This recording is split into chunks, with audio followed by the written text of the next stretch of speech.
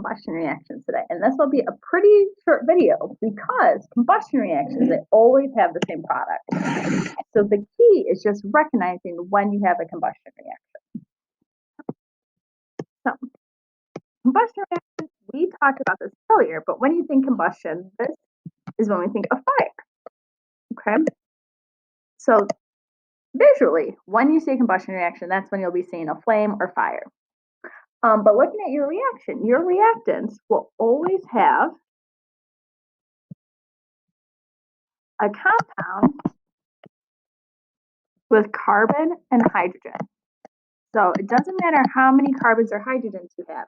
If you have carbon and hydrogen in that compound reacting with O2 or burning with the oxygen in the air, that'll be your sign for a combustion reaction.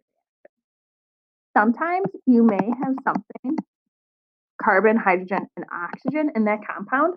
That's A-okay. Because if the carbon and hydrogen are in that reactant and you're reacting with that O2, still combustion. Okay. And what makes these guys nice is the products are always carbon dioxide and water. So it really doesn't take too much to bridge us to the products for these guys. So if you see combustion, you know it's always CO2 and H2O. This will be an example where we probably don't want to write H2O as HOH because we don't have an OH or a hydroxide anywhere in our reactant. So here we'll just leave it as H2O. All right, so let's go ahead and look at an example. Again, we know this is a combustion reaction because we have a compound, carbon and hydrogen, reacting with that O2. And again, since we know it's a combustion reaction, we know our products then will always be CO2 and H2O. If you'd prefer, you can write the H2O first. It really doesn't matter as long as they are both there. And what does make these combustion reactions a little trickier is the balancing. Okay, so when we look at this, we never want to start balancing with oxygen because we have oxygen in multiple different parts on that product side. So always leave oxygen to the end. So let's go ahead and look at carbon first. It really doesn't matter whether we do carbon or hydrogen first. It's totally up to you. So if we look at our reactant side, we start out with 4 carbons. On our product side right now, we only have 1. So in order to get these to balance, I would have needed to make 4 carbon dioxides. So that I have 4 carbons on either side of my reaction. Okay.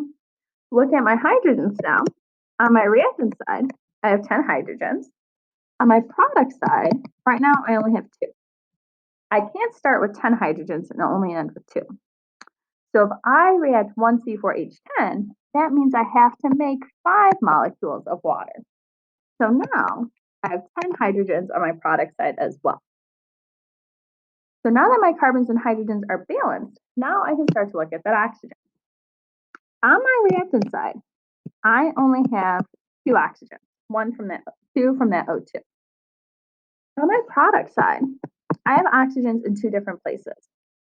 I have 4 carbon dioxides, or CO2 4 times, so that'll give me 8 oxygens. I also have 5 waters, or H2O 5 times, so that'll give me 5 oxygens.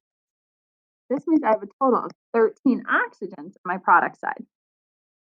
So if I start with 13, or if I end with 13 oxygens, that means I had to start off with 13 oxygens. So we need to somehow get 13 out of O2. This should be kind of concerning because there's nothing we can multiply 2 by to get 13. Because what we would want to do is 13 divided by 2. But we know we can't have half of a molecule. Okay, we can't have a fraction as one of our coefficients. So thinking back to our empirical and molecular formulas, if we have a fraction and we want to cancel that out, we need to multiply by that number in the denominator to get rid of that fraction. So to get rid of the 2 in the denominator, I'm going to need to multiply that 13 halves by 2. And I cannot just multiply one molecule by 2. I need to multiply the whole reaction by 2. So when I do that, instead of having one C4H10, I'm now going to have two C4H10s. Okay. And instead of having 13 halves of an O2, I'm going to have 13 O2s. Okay. And those two are going to react to now make 8 molecules of carbon dioxide and 10 molecules. Okay. So if you need that odd number from that O2, plot that odd number in and multiply all those other coefficients by 2. And when we do that, we'll now see that we have 8 carbons as our reactants and 8 as our product. We'll have C4H10 2 times, so that means we'll have 20 hydrogens. On our product side, we have H2O 10 times, which means we'll now have 20 hydrogens.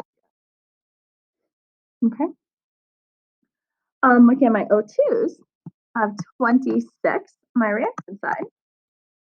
And on my product side, I'll have 8 CO2s, so I'm going to be a total of 16 oxygens, plus H2O 10 times, so I'm going to be a total of 10 oxygens for a total of 26.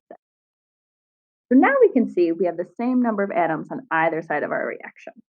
So while combustion reactions, they're very easy to predict the products of, these ones might give you the most difficult when balancing. Just remember, leave those oxygens till the very end. All right, I hope that helped. Let me know if you guys have any questions.